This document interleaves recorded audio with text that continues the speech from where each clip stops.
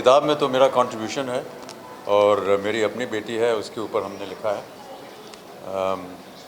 United Nations ने मुझे जो पोलियो कैंपेन था उसके लिए एम्बेसडर बनाया था और उसके सफलता के बाद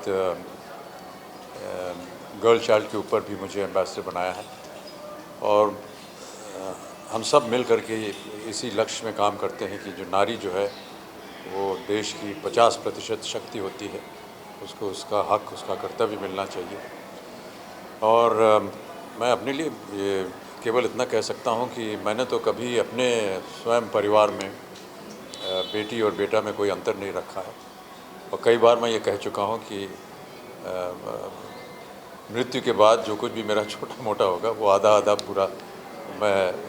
बेटी और पुत्र को दोनों को दूँगा। मैं तो ऐसा मानता हूँ कि बेटी जो होती है वो कई तरीक़ों से वो एक सैक्रिफाइस करती है, क्योंकि जिस परिवार में वो पैदा होती है वो मानती है कि वो उसी का घर है। फिर जब उसका ब्याह हो जाता है तो उसे जाकर के एक दूसरा घर बसाना पड़ता है और इस तरह से मैं मानता हूँ कि नारी जो होती है उसमें ज़्यादा शक्ति होती है, क्योंकि दो तरह के उसको एक जीवन बिताने पड़ते हैं, फिर उसको अपना घर बनाना पड़ता है। इस तरह की संस्थाएं जैसे कि प्लान इंडिया है और जिस तरह से काम ये कर रही हैं, ये केवल इसी ध्येय और लक्ष्य से कर रही हैं कि नारी को एक ऐसा दर्जा दिया जाए, उनकी देखभाल की जाए। निर्भया कांड जो था वो बहुत ही घिनौना कांड था